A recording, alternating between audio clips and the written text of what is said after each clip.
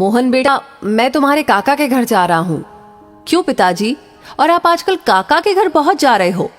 आपका मन मान रहा हो तो चले जाओ। लो, ये पैसे रख लो, काम आएंगे। पिताजी का मन भर आया। उन्हें आज अपने बेटे को दिए गए संस्कार लौटते नजर आ रहे थे। जब मोहन स्कूल जाता था वो पिताजी से जेब खर्च लेने में हमेशा हिचकता था, क्योंकि घर की आर्थिक स्थिति ठीक नहीं थी। पिताजी मजदूरी करके बड़ी मुश्किल से घर चला पाते थे, पर माँ फिर भी उसकी जेब में कुछ सिक्के डाल देती थी, जबकि वो बार बार मना करता था। मोहन की पत्नी का स्वभाव भी उसके पिताजी की तरह कुछ खास नहीं था। वो रोज पिताजी की आदतों के बारे में कहा सुनी करती थी। उसे ये बड़ों से टोका टाकी पसंद नहीं थी। बच्चे भी दादा के कमरे में नहीं जाते। मोहन को भी देर से आने के कारण बात करने का समय नहीं मिलता। एक दिन पिताजी का पीछा किया। आखिर पिताजी को काका के घर जाने की इतनी जल्दी क्यों रहती है? वो ये देखकर हैरान रह गया कि पिताजी तो काका के घर जाते ही नहीं हैं।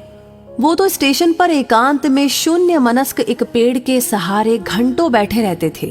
तभी पास खड़े एक बुजुर्ग जो कि ये सब देख रहे थे, उन्होंने कहा, बेटा क्या देख रहे हो? जी वो, अच्छा तुम उस बूढ़े आदमी को देख रहे हो? वो तो यहाँ अक्सर आते हैं और घंटों पेड़ तले बैठकर सांझ ढले अपने घर लौट जाते हैं। किसी अच्छे संभ्रांत घर के लगते हैं। बेटा ऐसे एक नहीं अनेकों बुजुर्ग माए बुजुर्ग पिता तुम्हें यहाँ पर आसपास मिल जाएंगे। जी मगर क्यों? बेटा जब घर में बड़े बुजुर्गों को प्यार नहीं मिलता, उन्हें बहुत अकेलापन महसूस होता है, तो वे यहाँ वहां बैठकर अपना समय काटा करते हैं। वैसे क्या तुम्हें पता है, बुढ़ापे में इंसान का मन बिल्कुल बच्चे जैसा हो जाता है। उस समय उन्हें अधिक प्यार और सम्मान की जरूरत पड़ती है, पर परिवार के सदस्य इस बात को समझ नहीं पाते। वो यही समझते हैं कि इन्होंने अपनी जिंदगी जी ली है, फिर उन्हें अकेला छोड़ देते हैं। कहीं साथ ले जाने से कतराते हैं।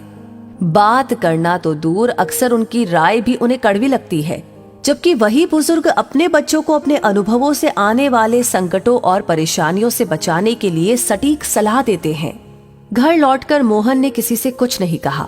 जब पिताजी लौटे, मोहन घर के सभी सदस्यों को देखता रहा। किसी को भी पिताजी की चिंता नहीं थी। पिताजी से कोई बात नहीं करता, कोई हंसता खेलता नहीं था, जैसे पिताजी का घर में कोई अस्तित्व ही नहीं था। ऐसे परिवार में पत्नी बच्चे सभी पिताजी को इग्नोर करते हुए दिखे। सबको रास्ता दिखाने के लिए आखिर मोहन ने भी अपनी पत्नी और बच्चों से बात करना बंद कर दिया।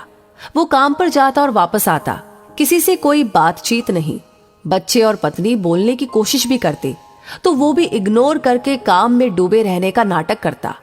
3 दिन में सभी परेशान हो उठे। पत्नी बच्चे इस उदासी का कारण जानना चाहते थे। मोहन ने अपने परिवार को अपने पास बिठाया, उन्हें प्यार से समझाया कि मैंने तुमसे 4 दिन बात नहीं की तो तुम कितने परेशान हो गए। अब सोचो जरा, तुम पिताजी के साथ ऐसा व्यवहार करके उन्हें कितना दुख दे रहे हो।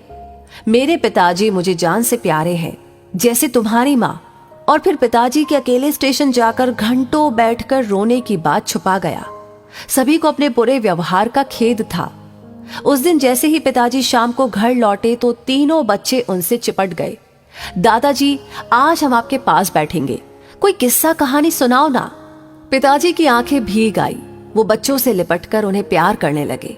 और फिर जो किस्से कहानियों का दौर शुरू हुआ वो तो घंटों चला।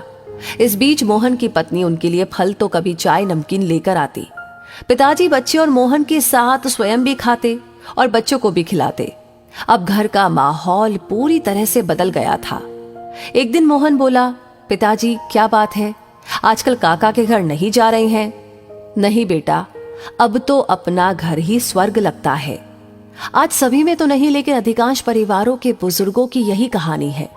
बहुधा आसपास के बगीचों में, बस अड्डे पर, नजदीकी रेलवे स्टेशन पर परिवार से तिरस्कृत भरे पूरे परिवार में एकाकी जीवन बिताते हुए ऐसे कई सारे बुजुर्ग देखने को मिल जाएंगे। आप भी कभी न कभी अवश्य बूढ़े होंगे, आज नहीं तो कुछ वर्षों के बाद। जीवन का सबसे बड़ा संकट है बुढ़ापा। घर के बुजुर्ग ऐसे बूढ़े वृक्ष है जो बेशक फल न देते हो, पर छांव तो देते ही हैं। अपना बुढ़ापा खुशहाल बनाने के लिए बुजुर्गों को अकेलापन महसूस न होने दीजिए। उनका सम्मान भले ही न कर पाए, पर उन्हें तिरस्कृत ना करे, उनका ख्याल रखे। और इसी के साथ इस कहानी के बारे में आप क्या कहेंगे, आपकी क्या राय है, हमें जरूर बताएं।